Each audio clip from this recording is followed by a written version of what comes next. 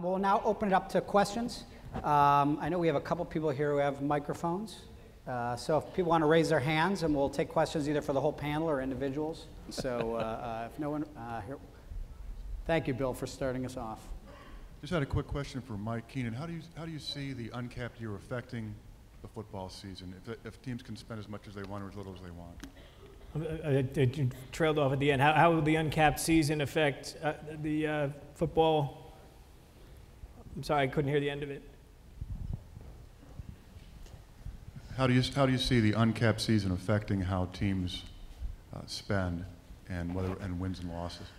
Well, I don't know that there's any correlation between spending and winning, but I would say in terms of each individual team is going to have to put together what they, how they want to approach the uncapped year and how they see it. I would think that as you have a potential for labor uncertainty on the horizon, teams are going to have to make decisions. Do you want to spend and try and make a run for it in that one particular year, not knowing what a future labor deal will make?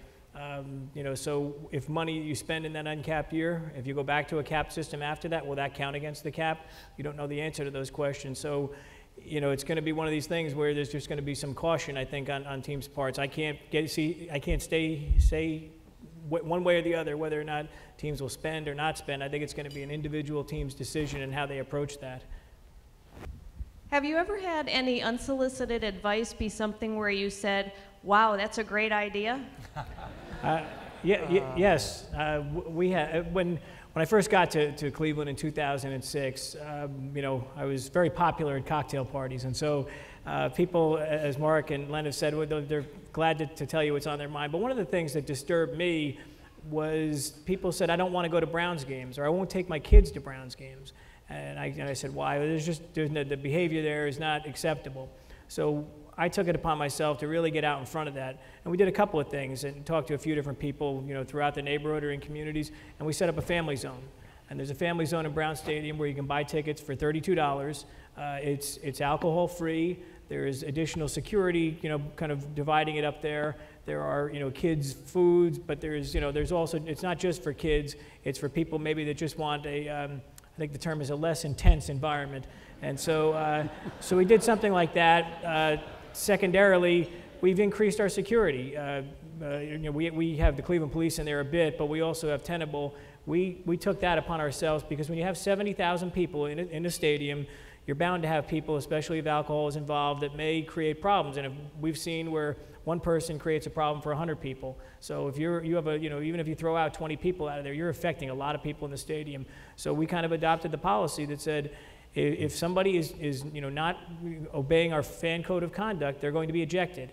And if you're ejected multiple times, you'll run the risk of losing your season tickets, including your PSL. So for us, we've taken fan behavior very seriously, and that's come from our fans. So those are just a couple of the things where people have either submitted comments to us and said, these are things that you should think about. These are things that we think would improve our experience there, and we're going to continue to do that.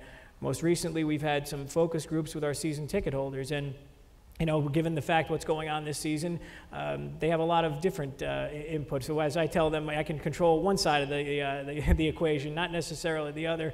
But we've gotten a lot of good feedback, and we're hopeful for next year to roll out even more things to improve the experience of fans at games. We have a website, our Cavs.com, but we have a great ideas at Cavs.com, which we promote. And fortunately, we have fans on a daily. We have dozens of unsolicited suggestions on a daily basis, which has been phenomenal. So now the Danny Ferry's lament, probably about 85% of them are different players, which is okay on that front. But I'll tell you what, we get nuggets every day, and it's about these little inches along the way. So a couple examples I'll give you, to that end. First of all, have you all been to a game, I assume, or hopefully you've been to a Cavs game for those potential leads we have out there, but you see on the scoreboard there's what's known as the diff, and the diff is, and when it first came out, we had I think every math teacher in Northeast Ohio after us, but all it does is it's a little statistical number, and all in an NBA game, fast moving up and down the floor. So if it's 86 to 75, the diff is 11 plus at that point, Cavs winning. So up by 11, down by 12, whatever the case may be, real quick configuration on that front. That came from a fan off of Great Ideas at Cavs.com from Medina.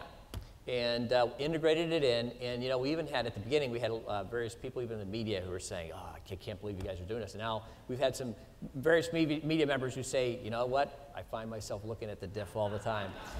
And then one other one. These are just simple examples, but in our concourses, or you're going through the elevators or whatever during the event or during the game.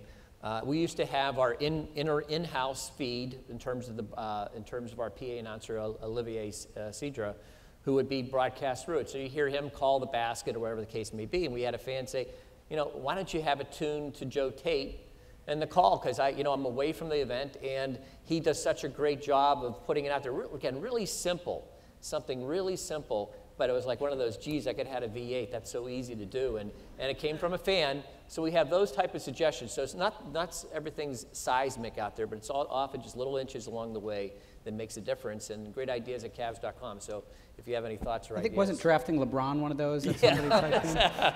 Ping pong ball. Yeah. Well, my feedback, advice would be a little friendly to call the feedback I get is a little bit different than what these guys were talking about. It's always player related. It takes various forms, and I will tell you that ideas and creative flow and different thoughts for trades or team structure or player personnel decisions can come from any conversation at any time. And I often find the people that do like me apologize for talking about my job, even my friends and family, when listen, I love baseball. I love to talk about baseball. If I didn't, I'd be in big trouble. So it's not something that I feel like people need to apologize for going there. And a lot of times those conversations may spur an idea, but again, the reality is that the business construct to executing a decision and the potential variables that exist within the galaxy of that decision making are usually a lot more nuanced than just get that player, or we've usually done all those things. But yeah, I think that ideas may have been spurred on player-based decisions from casual conversations in the elevator or at the barber shop or wherever it may be, and those are conversations that some of which I welcome, not all of which I welcome, but a lot of which I welcome.